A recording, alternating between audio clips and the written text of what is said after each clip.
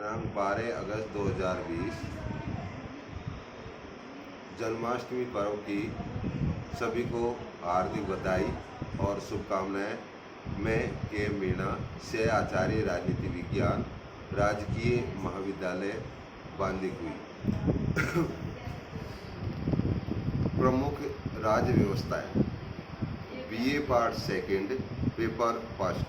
ई content topic British संविधान विवेक और संयोग का शिशु है। स्ट्रेची ने ब्रिटिश संविधान के बारे में ये कहा कि ब्रिटिश संविधान का कुछ भाग संयोग का परिणाम है और कुछ भाग विवेक का परिणाम है। ब्रिटिश संविधान दुनिया का सबसे प्राचीन संविधान माना जाता है। ये लगभग 1400 वर्ष पुराना है। इसमें कुछ संस्थाएं जो योजनाबद्ध ढंग से अस्तित्व में आई और कुछ संस्थाएं ऐसी हैं जो अनायास अपने आप संयोगवश अस्तित्व में आई हैं। इसलिए स्ट्रेची का जो कथन है वो सत्य है। वर्तमान समय में कुछ संस्थाएं जिन्हें सोच विचार कर संयोग और विवेक की भूमिका समान रही है। संयोग का शिशु। ब्रिटिश संविधान संसदीय शासन व्यवस्था का जनक माना जाता है, जिसमें दो संस्थाएं ऐसी हैं जो विकास का और संयोग से हुआ, जिसमें द्विसदनात्मक व्यवस्थापिका और मंत्रिमंडल शासन व्यवस्था। द्विसदनात्मक व्यवस्थापिका ये संयोग का परिणाम है।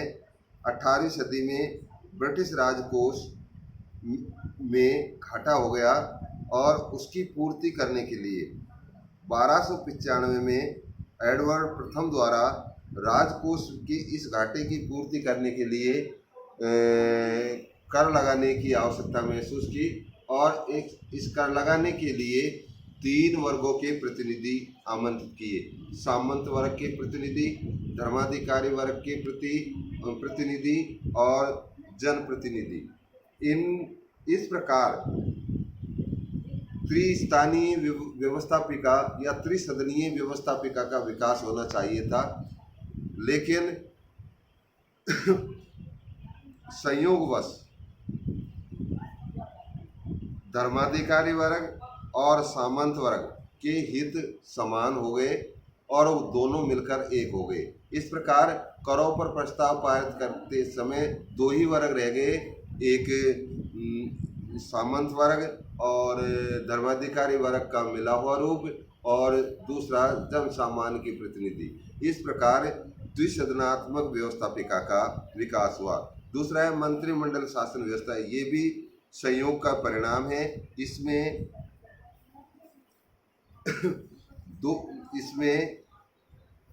दो राजा को परामर्श देने के लिए 2 संस्थाएं थी।